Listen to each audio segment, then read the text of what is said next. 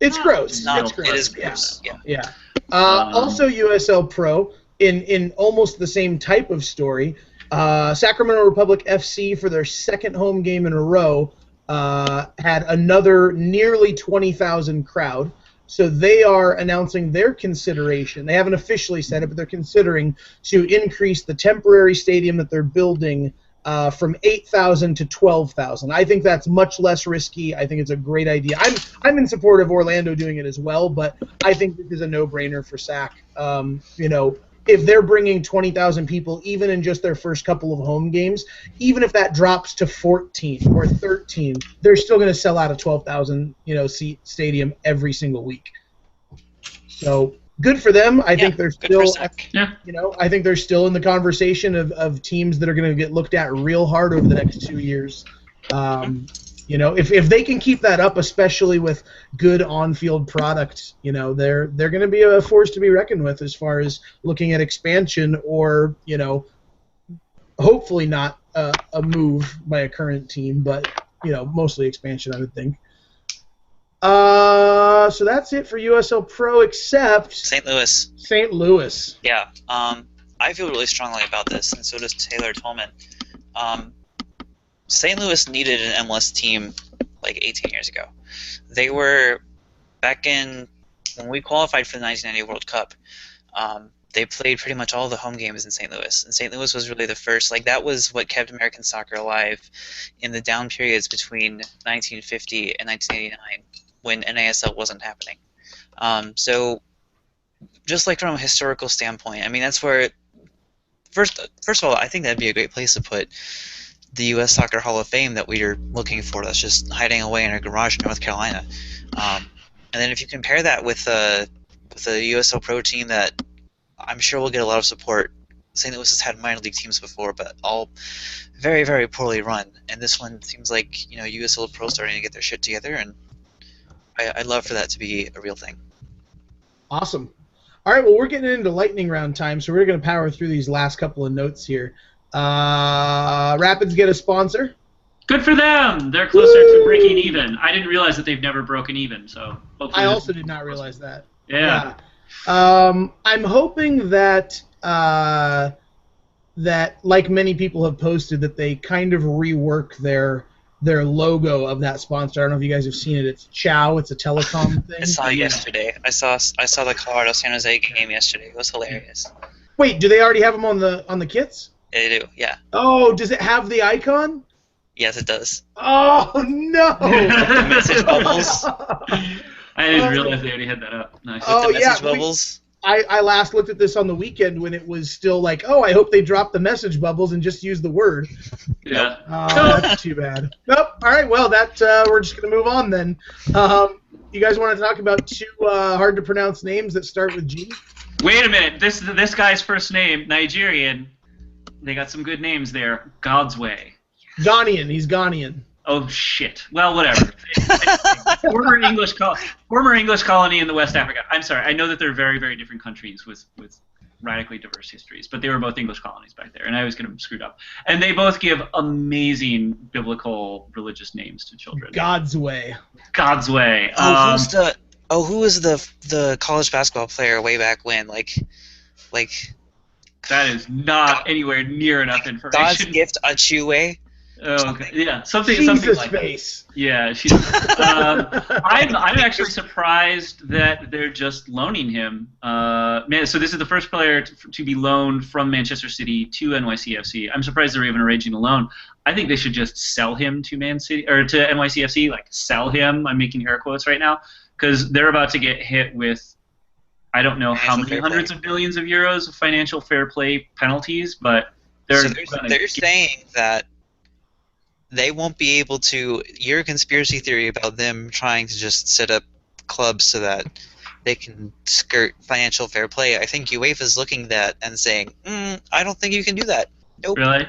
Yes. Well, I mean, that's what I read. He also said that no matter what, they're never going to kick somebody out of the Champions League. So there's also it's a little bit toothless, but I think they are going to be levying fines against PSG. Anyways, he looks like a great prospect, and but doesn't this mean for NYCFC that they get the huge benefit of not paying all that money and not taking the cap hit? I mean, Well, I mean, actually, I don't Do know we how know those much rules about the work. loans from the Yeah. ownership groups? I mean, I know Yeah. it's all MLS and Garber Bucks and lack of transparency, Well, but and that's intra organization there too, in that Man City organization. So that's just financially you could make that look however you want it to look, probably. Right. Yeah. You could say like, oh, we're paying this guy $5.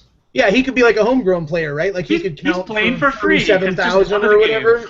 Yeah, just love of the game and exposure. It's like when you're a model, he's just building his portfolio. Yes. I mean, he's going to be in New York, so. Yeah.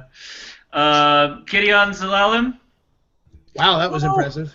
It's not I have a sweet spot for Arsenal. I will. Really?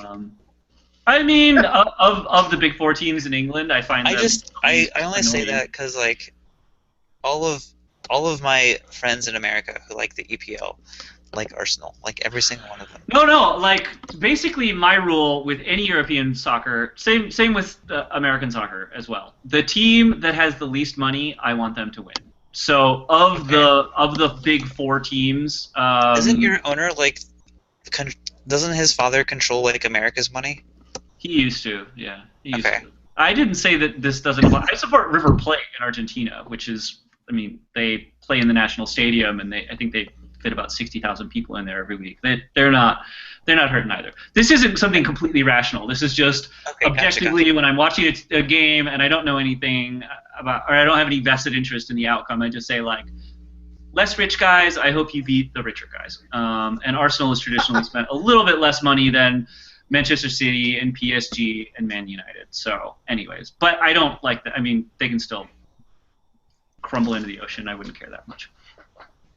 But yeah, he looks like a promising player, and it looks like he's going to come play for the United States. Has anybody ever seen him play or seen highlight reels of him?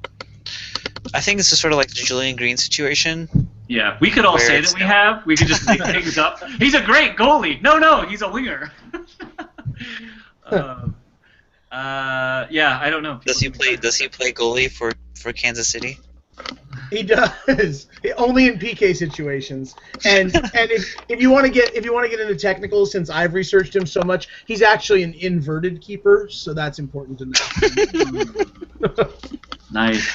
Yeah. No, just yet another German. What inverted winger means. This is like, I know I'm a terrible person, but I don't know what inverted winger means. It's not a thing. There's the inverted W. That was a thing for a while. It means that their weak foot is the side that they're playing on. So a left-footed player playing on the right. That's it. So a guy that tends to drift in centrally because he's I thought it was left-footed. this big complex thing. It's just a right-footed guy playing on the left side. That's all an inverted winger. Or vice versa. And because it affects how they play. It affects, you know. I mean, I understand that. I just didn't realize like I've played as an inverted winger. Then it's simply a tactical thing of, you know, how that guy is going to play because he favors that foot, so he's going to drift in and look for shots as opposed to putting crosses from the outside, blah, blah, blah, blah, blah. Yeah. Okay. And I think that's a fantastic note to call it a night, guys. Do we have any bold predictions for the week? Has it really been an hour? It has been an hour. It's been an hour and a half. I know. Yeah. Well, no, because I started the recording late, and then we didn't. Okay. I didn't press the button. We're going to keep stuff in starting at like 6:15, so. That's true. Yeah, That's we're true. done. This one doesn't have enough crap in it. Bold predictions. God, I just can't think of anything. Like none of these. I don't look at any of these There's a schedule games. down here. I know. I'm looking at the schedule's schedule. I could see Montreal shocking Kansas City. That's going to be my bold prediction. Ooh. Seriously, Montreal just lost to the worst team in NASL. Just saying. That's why it's a shock. That's why it's bold. It's a shock. That's why it's bold. And then they literally lose to Kansas City like 5-0 like 2 weeks ago. Ian, it's bold. It was like 3 weeks ago. You never know. They're up in Montreal. The weather could be crazy. The language is throwing everybody except Colin off. You know. Zusi is thinking about the World Cup. Yeah, everybody's taking a nap. Ian, what do you got for us? Well, Ian. my team's gonna win their game. That's not bold. You know what? I think it's a little bold. Philly, we didn't talk about Philly and the Sounders too much last Saturday. They are a much better team than their record. They really are. Yeah, they're actually a decent team. They're the opposite of Dallas. I think that they are having very poor luck for the shots and quality of shots that they're generating. I think that they're a much stronger team than they have appeared thus far. I had a big rant on Philly for some reason at some point. I don't remember why. Oh, no, I do remember why. It's because I didn't agree with their draft pick or their draft strategy, but that doesn't have anything to do with how they were playing right now. So. Yep. All right, so my bold prediction is going to follow Josh's. I'm going to say that Chicago goes in and shocks New York. Ooh, that would because be a shocker. after the RSL game and just the way that things have gone for them, they're due. And I think they're due to lose. I think it could be. I think it could be on a dubious PK. I think that it certainly might not be a pretty result, but I think that they might get a result. I think I'm gonna go Portland, LA, tie. Yeah. Whoa! I know. You're shocked, right? I'm gonna be at that game as well, so I think maximal tie action. I think Portland's beating LA this week. Ooh. Portland did really well against LA last year. But that was last year. I don't know if you've noticed. Last year and this year, not the same year. Here's the thing about... It's almost like somebody just incremented some sort of arbitrary integer, said it's completely separate from last year. So I feel like LA's center back pairing is very average, and I feel like we had a pretty good center back pairing against y'all last week, but had we not, Portland could have put in 2 or 3 more goals. And Leonardo might be one of the worst center backs in the league. I feel like what I hope happens is they have Robbie Rogers playing down for Los Dos.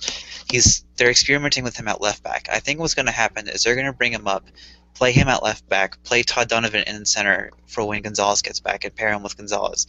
But for now, that isn't going to happen. And this is Gonzalez's last game, and he's going to have that, it's almost World Cup time thing that you said that SKC. He already does. I'm going to make a bold statement right now. If the World Cup was in August and not July, Chad Marshall would be going in Gonzalez's place. If there was more time for evaluation, no, that's ridiculous. He has looked terrible, and Chad Marshall deserves every opportunity to be on that team. But yeah, I don't think you give people the opportunity at the World Cup. That's what I'm saying. If there was more time for friendlies, for more evaluation, a lot of friendlies, England could need a good number of friendlies to take somebody to the World Cup. That opportunity at the World Cup. I just think that Gonzalez has looked terrible, and I loved him last year, and he is not. Well, last year he didn't have to play with Leonardo. Yeah, but it's more about him. It's about his decision making. It's about his hesitation. It's about he's looked. Omar Gonzalez is there to react. Omar Gonzalez is there to put out the fires. He's the one who's best at scramble defense. Matt Beasler isn't so good at that, but he can command the defense, and that's what he does in Kansas City, and I feel like that's what his role for the national team is. Okay, I'm standing by it. That's all I've got. But I will say I do want Goodson to get a start at least in one of these friendlies over Gonzalez. I'm really excited for our 30-man roster on Monday. Me too. I really want to see where that goes. Bold prediction. Here's my bold prediction. One of Matt Doyle's boys, either Justin Mapp or Benny Feilhaber, gets to the 30-man. That's fair. I think it's got to be Feilhaber at this point. Not to say that Mapp hasn't been playing impressively, but I mean, he doesn't have. I don't know what else to say. I just don't think he gets that call. Someone should go rescue him from Montreal. Yeah, exactly. He could be such an important piece on a good team. I want I want Columbus to rescue him. You guys need him. You're talking about how sad your midfield is. Eddie Johnson needs better service and better quality players around him. You need Justin Mapp. Yeah, we do. We absolutely need you. I didn't think of that until just. I don't know why, because that's my team. I guess I'm just not used to my team making good decisions. That's fair. So. All right. Well, on that note, let's call it a night. And anything else to say, guys, before we call it? Go Blazers! Hey, why not? They're playing right now, aren't they? Yeah, they are. That's another reason why I want to get off this call. Okay. All right. Well, fantastic. ya. So we'll just call it, or do we need to talk anything programming? We're good? Good. Yeah, I'm just gonna cut it off at some point. Just edit out a lot of incoherency, but keep the funny stuff about Scandinavia.